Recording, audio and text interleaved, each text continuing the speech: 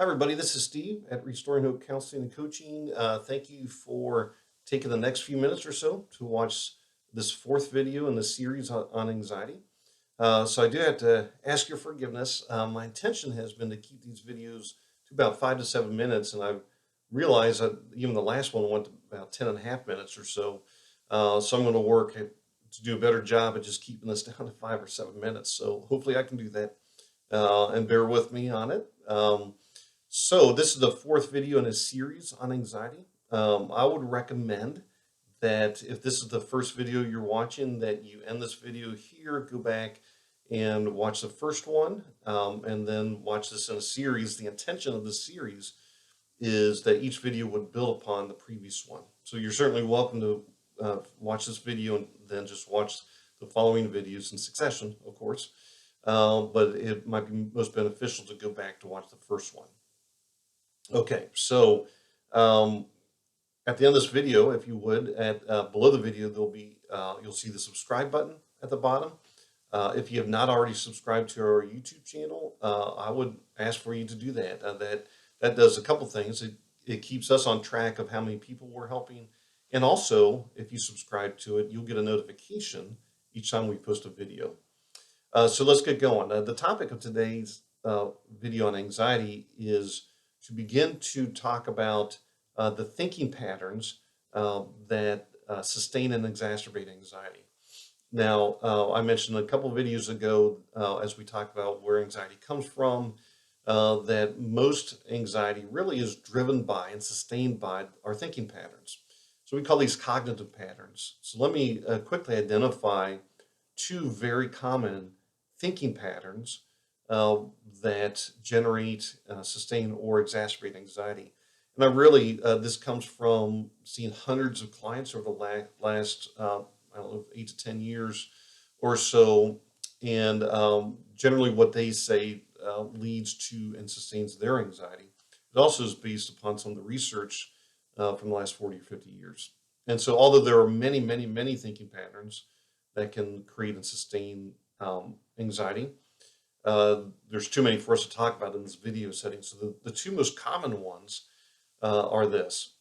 Anxiety tends to be created and sustained when, number one, we have thinking patterns in which we are making catastrophic predictions about our future. Now they're not just predictions about the future, but they're catastrophic predictions about the future. What you'll notice if you start identifying these thinking patterns in your own mind, what you'll notice is that many of these predictive thinking patterns start with two words. And those words are what if? Well, what if I am late on my rent? What if I can't pay my bills? What if I ask her out and she says no? Or what if I ask him out and he says no? What if I'm sick for another day and I can't make it into work? Those what if statements generally lead to anxiety because we don't just stop with the what ifs. Like, what if I ask her out and she says no? We tend to take it farther to say, what if, for example, I had a lady say to me, well, what if I can't pay my rent? That would mean that I'm going to get kicked out of my apartment. Me and my 5 kids will be homeless. And then if I'm homeless, the Child Protective Services will come and take my kids away. They take my kids away, then I have nothing else to live for, because mothering is all I know and all I want to be. And then if they take my kids away and they take the meaning of my life away, then what I'm going to do is I'm going to have to end my life. And if I end my life because of my own spiritual beliefs, I'll go to hell for all eternity. And so you can see how the catastrophic nature of her predictions leads her to anxiety. Her history was she always paid rent on time for 7 years in the same apartment. And so she was going to be about a day or two late. That's all. But she was making these catastrophic predictions, and she had no evidence that her predictions were going to actually come true. So that's thinking pattern number one. Do you recognize that in yourself? I certainly recognize it in myself when my anxiety tends to ebb and flow. And the times when it's worse than others, it's because I'm what ifing, what I call what ifing. I'm making catastrophic predictions about something that's going on in my personal life or with people I know, et cetera, et cetera. Okay, the second common thinking pattern that leads to anxiety is when we are making assumptions about how we think other people think about us. And so those assumptions tend to be really negative in the sense of we are thinking that other people would think we're an idiot or we're dumb or we're not important somehow. And it's an assumption. It's not based upon evidence. It's based upon an assumption. For example, go back to the illustration I alluded to earlier.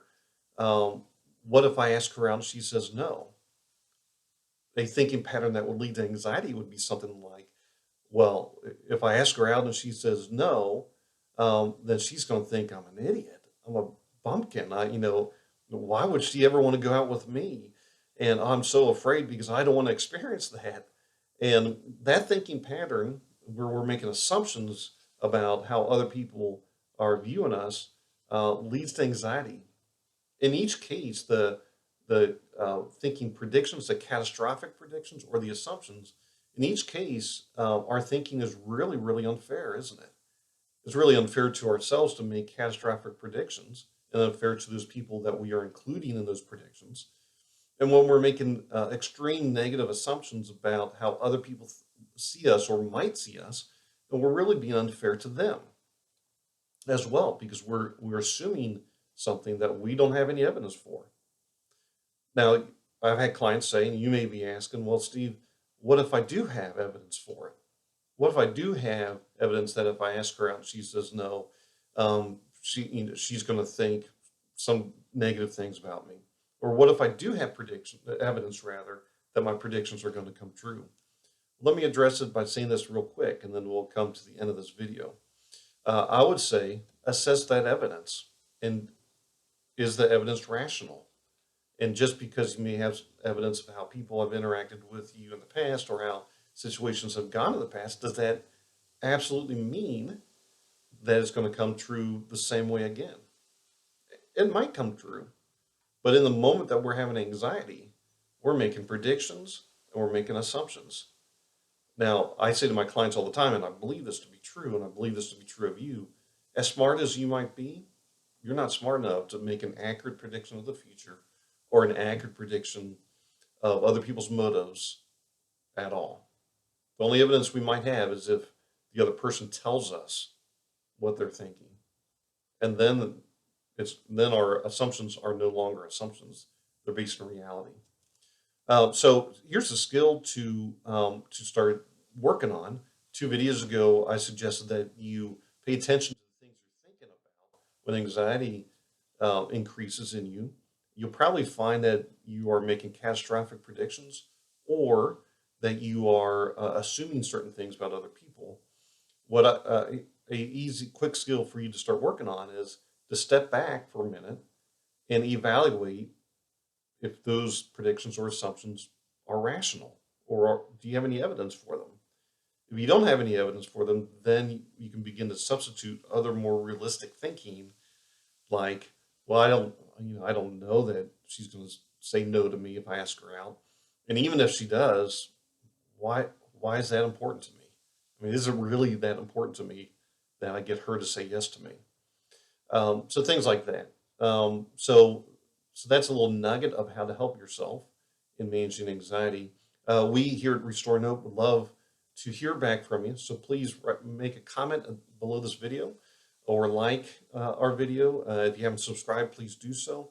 If I can be of any further help to you, feel free to contact me, or either by phone or by text at 513-258-1474. And I'll certainly call you back or text you back as soon as I can. And then I'll try to connect you either to myself or another therapist in Restoring Hope if that's what you need from us. So hopefully this is helpful to you today.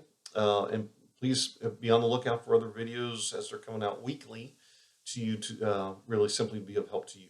So thank you very much. Hope you have a great week. Bye-bye.